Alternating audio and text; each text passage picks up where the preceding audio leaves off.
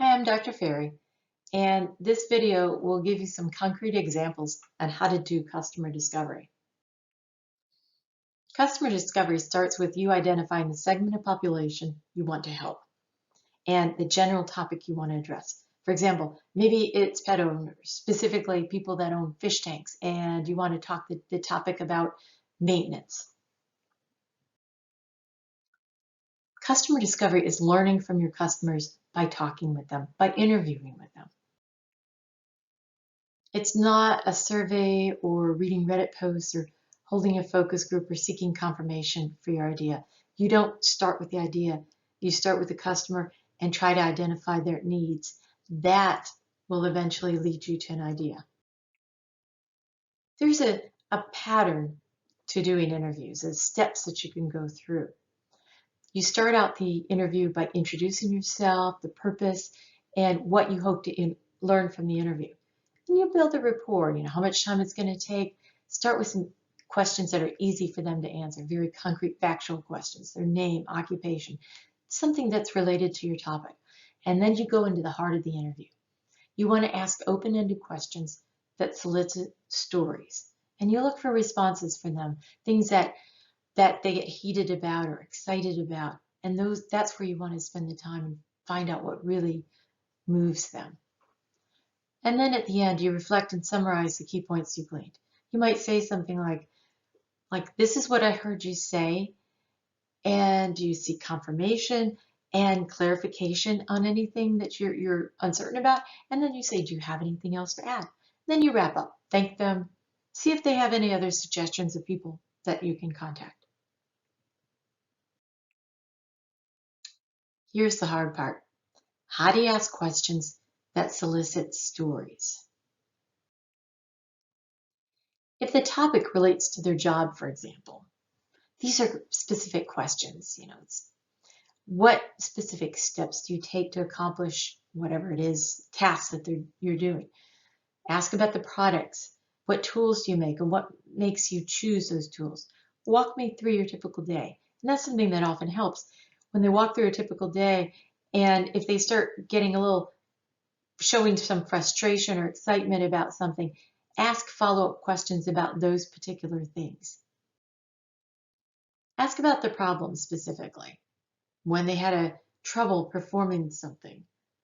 Last time they felt frustrated. How are you currently solving that problem? You want to seek some root causes for the problems you want to solve, really surface underlying needs.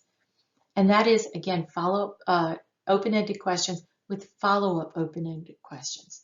And you force yourself to ask some of these extra questions so that you're really clear when they say something, what they're saying and what you're hearing match, that you have a common understanding there. For example, customers might say, well, I don't have time to work out in the gym. So then you follow up with questions trying to probe why she doesn't have time. And what you find is that she has a child and needs to have childcare. And it's not really that she doesn't have time, it's that she has to find the childcare. That's the underlying need. That's the root cause. Another example is a customer says, well, I don't eat healthy because I don't have time to prepare them. Okay, then you ask them follow-up questions. What do you mean you don't have time to prepare them? And what do they mean by a healthy meal? So you ask these follow-up questions to make sure you're on the same page with them and dig a little bit deeper. And what you find instead, for example, maybe he lacks time to shop and buy the fresh vegetables. So that's the problem, and not really time to prepare them in the kitchen.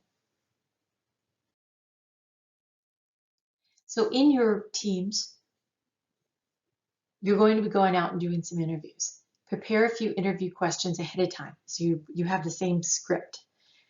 Remember to ask questions that solicit stories.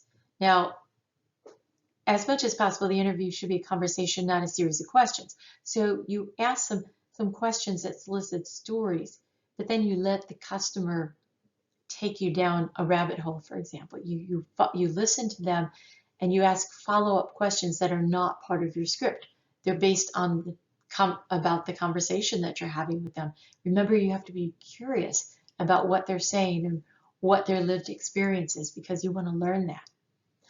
The questions are to get you started on those paths. And if one open-ended question doesn't give you much of an answer, then go to another one off your interview list and try to find a question that does give you that story. Whenever possible, try to conduct the interviews in pairs. It's easy because, especially when you're learning how to do interviews, one person could ask the questions and the other could record the notes. If the another possibility is you both ask questions, because you're working with the same set of like initial interview questions. Listen for surprises. Read the body language. If they seem to be frustrated or agitated, probe on those things, because that might be a need that you want to uncover. Empathize with your customer. Feel what they're feeling. And good luck.